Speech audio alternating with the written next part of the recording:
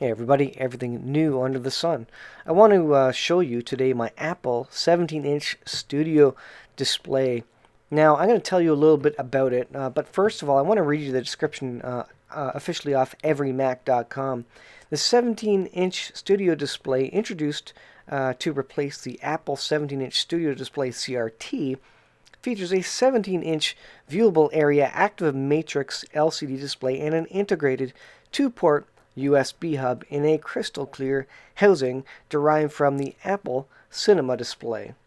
This model uses the ADC Apple Display Connector, and we're going to talk about that in a second, which carries analog and digital video signals, USB data, and power in the same cable. So this is one that I got off Kijiji. I saw it secondhand. I got it for $60. I thought that was not a bad deal for a monitor. I was in the marketplace I was looking for a monitor because my original one had died. And I thought, well, wouldn't it be neat to get an Apple Studio display as my monitor? And I thought, well, this one was flat screen, so it's not CRT, so it must be pretty good. Must be pretty usable with my 2012 MacBook Pro as a secondary monitor to do some movie editing.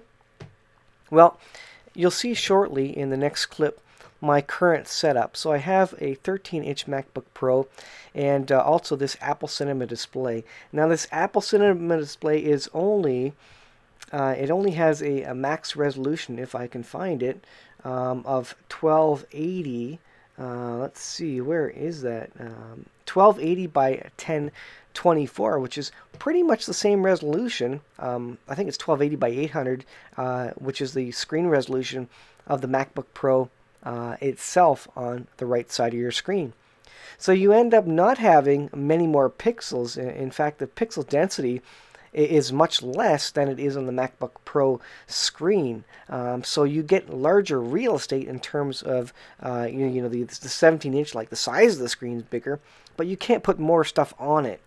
In addition to that, it is a power-hungry beast. It takes 40 watts, and you'll see in one of the upcoming clips the size of the power brick for this thing. Now it's a single cable. I've got it going into my Thunderbolt. I think it's a Thunderbolt 2 display via this DVI connector into the DVI to convert it over, and down into the power brick itself. Like I say, which is bigger than my hand. So this is the beast that takes the ADC in, and which is the USB, the power, etc., and puts it out to a regular DVI display, and then the USB as well. So you can see this mess of cables, massive long cables, and then it goes into the back of the display itself. Now it's a beautiful display, covered in acrylic casing. I've seen someone take this apart to clean it. I didn't clean mine very much. Well, I didn't clean it at all. Now this particular model is the M7649 unit, and this apparently went along with some of the Mac Pros of the era. So this was discontinued in 2004. It was introduced in 2001 actually, and it was able to display a max of 16.7 million colors, and the contrast ratio is 350 to 1, and the dots per inch, the pixel density, is 96. The viewing angle is 170 degrees apparently, and I do have some clips showing that as well, which you'll see in the background. Interestingly, there is a brightness control on the corner of it, on the left bottom corner of it, and a power button on the right bottom of it. Now, when you click them, they do light up. They're touch sensitive, but I don't find that the brightness button actually does anything, so I haven't figured that out quite yet. In addition, the power button, when you've got it plugged into your laptop, it doesn't actually do anything either. It doesn't turn it off.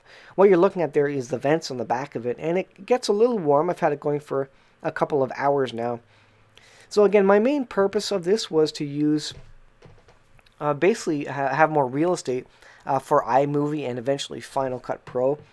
The disadvantage is that it's very much a 4:3 ratio. It's not a widescreen ratio that we're all used to. So when looking at the actual space on the screen for iMovie, it looks a little wasted. It's not quite as usable. There's not quite as much real estate because for the timeline you don't really need a lot, but for all the other sections you do need a lot. Here you can see I've got a browser in one and iMovie on the other. If I swap those, the browser on on the MacBook screen would not be a lot thinner. Would not be a lot wider actually the display, than the studio display. So while it looks very pretty, it's not particularly usable in this modern day and age. I haven't decided whether I will keep it or not yet. I paid through the teeth for this. I paid $60 for the Apple Studio display before I realized it needed a separate power supply. So that was my silliness there. To buy a power supply on eBay cost me no less than, I think it was $90 to get it here. The power supplies for these devices are more expensive than the displays themselves. And by the time you get it, you're used to a high density, pixel rich, bright modern LCD, and this doesn't really provide that.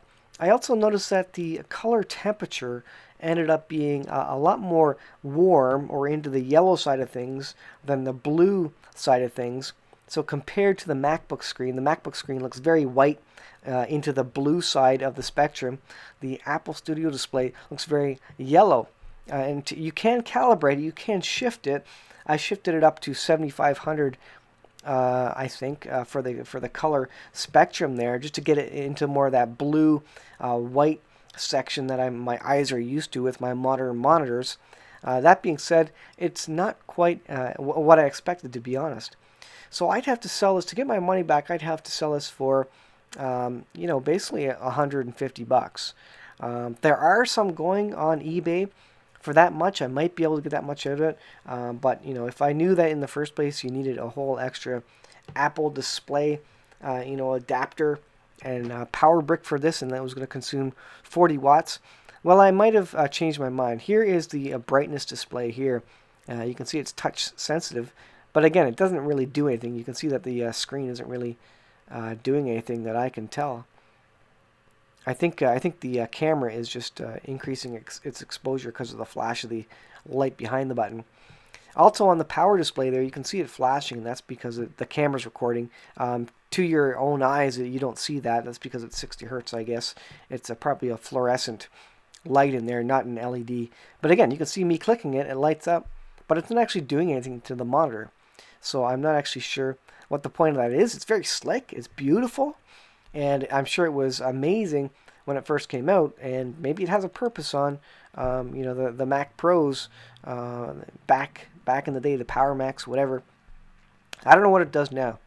So here's a better lit up display or video of some of the back of it here in the corner. Again, nice rounded corners, massive bezels all around it. There's no speakers in this unit. That would have been nice if there was actually speakers built right in. I don't know if some of the newer models do or not. Unfortunately, you can't use the nice big iMacs these days as external monitors. If you could, it'd probably make a lot of sense just to get a used, broken for parts, a new iMac, get a nice 24-inch broken iMac. As long as the screen worked, you could use it. But apparently, you can't use those as external monitors. I probably also could have got a more modern studio display for a similar price to what I bought this for in the end, and I would have had a widescreen format, which would have been more conducive, better for general use and maybe better flow. It does happen to fit on my desk, however, so that is good, and it looks pretty. But again, if I find I can't get any more work done, or the 4x3 is just awkward to deal with, I may have to do something else. Here you have a look at the pixel density. I'm close up on the right side of the screen, of course, and you can definitely see the pixels. If you compare it side by side with the MacBook Pro screen, the MacBook Pro screen pixels are smaller by a fair margin, I think. So there you go. A look at in the year 2018. A look at an old a 17-inch studio display monitor from Apple. I would suggest, unless you're in the market for a vintage one specifically to go along with an older Mac, probably you will have gotten used to a widescreen, and this 4x3 monitor isn't going to do it for you. Not to mention the lack of resolution allowable to this, and so you don't end up getting a lot more real estate. It's a bigger screen, but not more real estate. So I guess it's easier on your eyes, but you can't do a lot more. Now maybe with Final Cut Pro, you can rearrange the screen in such a manner to make more use of it. Maybe it'll be nicer for viewing YouTube videos. But again, you just feel like you're crowded when you move to a lower resolution screen, and you don't want to feel like you're crowded when you're trying to get some work done. So a little bit of a story and some detail about this old Mac monitor studio display I picked up. Thanks for watching, guys, and we'll see you in the next video.